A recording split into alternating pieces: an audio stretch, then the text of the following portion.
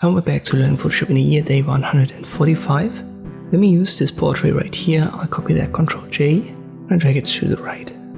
The one on the right is active. I go to Filter, use Liquify. And last time we've used the first option right here, the forward warp tool. You can see the second drop down right here. The first one, the brush tools, were for our forward warp tool. Second right here for face aware liquify is for the face tool right here. If you now hover over your image, you can see different stripes and different dots. And this also adjusts the typical face features, eyes, nose, mouth, and face shape. I'll stick to face shape here first. It has 4 ways adjusted. And you can do that directly on the image via left click dragging on these ellipses and dots.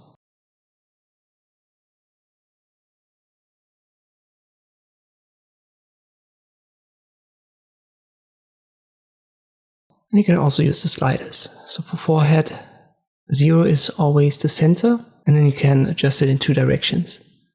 This also works for chin height, jawline, and face width.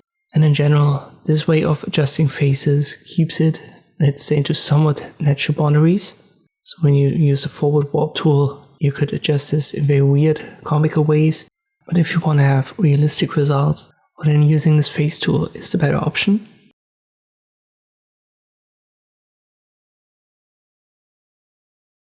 When you're not happy with what you've got, you can reset it right here. Let me adjust this here a little bit and then confirm so that we can see the difference. Let me set the forehead to -100.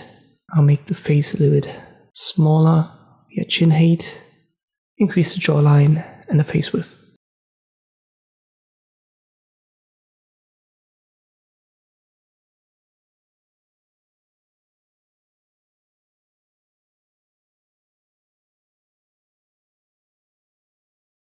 This still looks somewhat natural, even though I went to the extremes, and that's what you can also do using the Liquify filter in Photoshop.